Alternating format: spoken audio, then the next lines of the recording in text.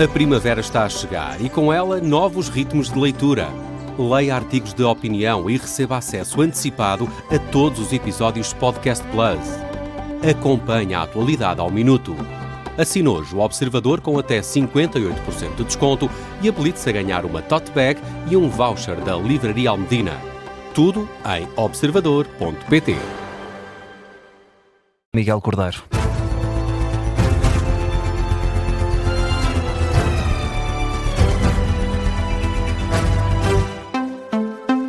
E começamos com um aviso de Donald Trump. O presidente dos Estados Unidos afirma que hoje o Irão vai ser fortemente atingido. O presidente norte-americano garante que vão ser atacados novos alvos nas próximas horas. Donald Trump diz que os ataques vão intensificar-se. Isto é o que escreve numa publicação na Truth Social.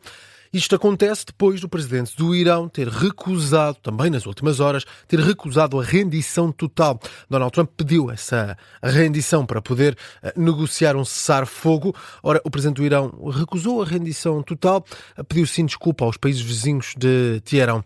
Agora surge esta nova ameaça de Donald Trump. O presidente dos Estados Unidos da América ameaça com ataques a novos alvos e grupos de pessoas, mas não avança mais detalhes. Afirma apenas que hoje, uma semana depois do conflito começar, o Irão vai ser fortemente atingido.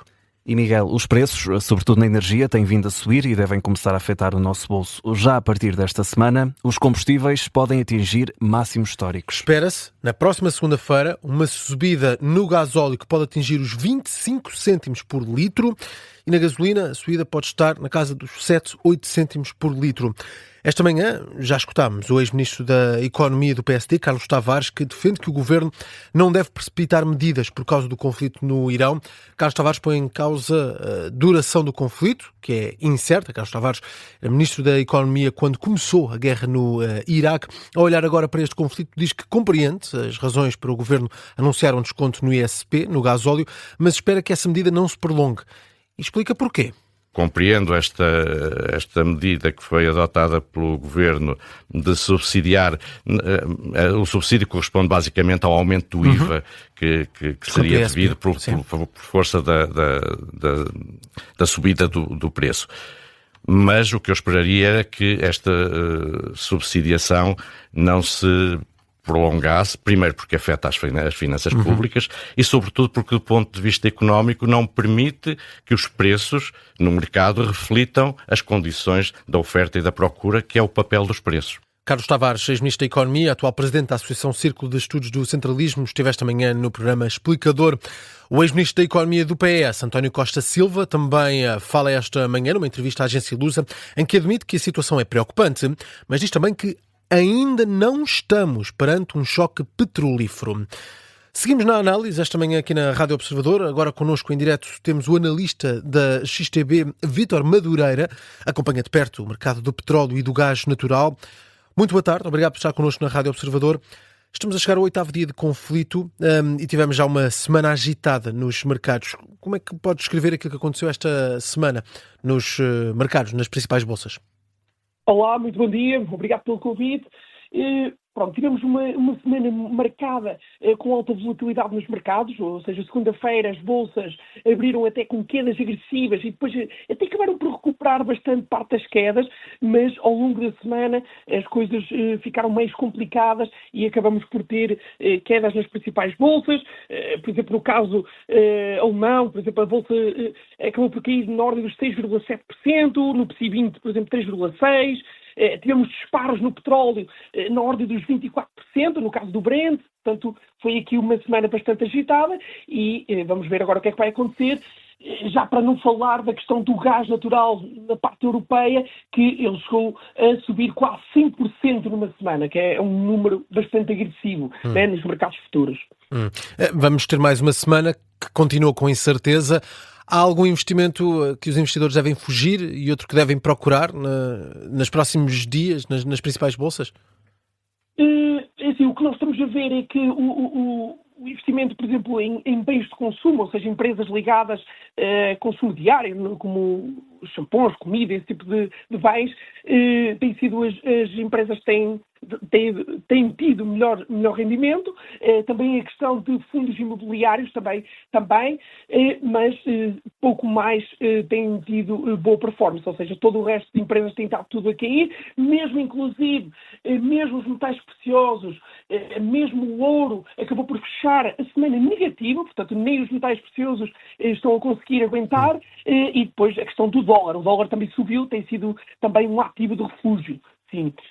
Mas claro, não sabemos o que é que vai acontecer, há muita instabilidade e depois também já se põem algumas questões ligadas à parte bancária e ao mesmo tempo também nas questões de inflação. Essa parte também é algo que eu gostava de dar nota às pessoas, que é, nesta altura, as previsões de inflação começam-se a alterar no caso europeu e pode haver aqui alguma alteração de paradigma, como a questão de haver mesmo a possibilidade de uma subida das taxas de juros por parte do Banco Central Europeu ainda este ano. Há reunião daqui a 2 semanas, uma reunião do Banco Central Europeu já daqui a 2 semanas, e vamos ver se já nessa reunião há ou não uma subida das taxas de juros.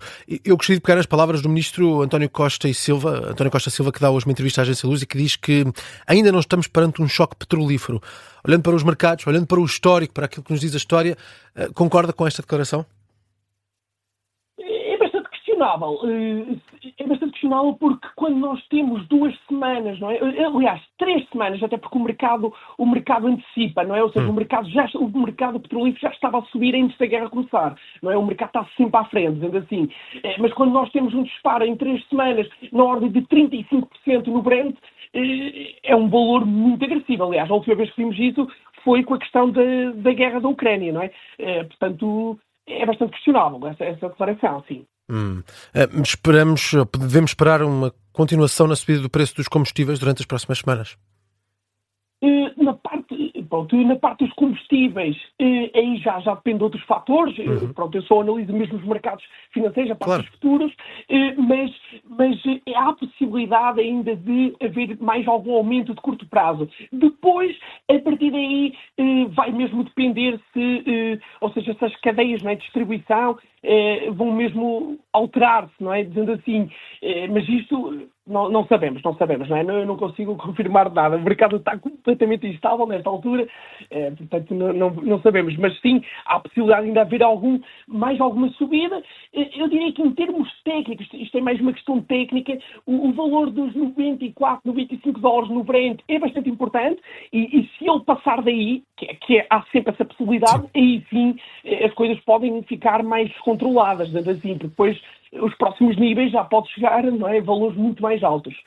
Mas por enquanto vamos ver, ou seja, temos que ver escadinha a escadinha, não é? Ou seja, não podemos antecipar nada ainda. Vítor Madeira, muito obrigado por ter estado connosco, analista da XTB. E seguimos com as reações à morte de Nuno Moraes Sarmento. Durão Barroso fala num homem de inteligência e coragem. Moraes Sarmento foi precisamente ministro do governo de Durão Barroso, ministro da Presidência.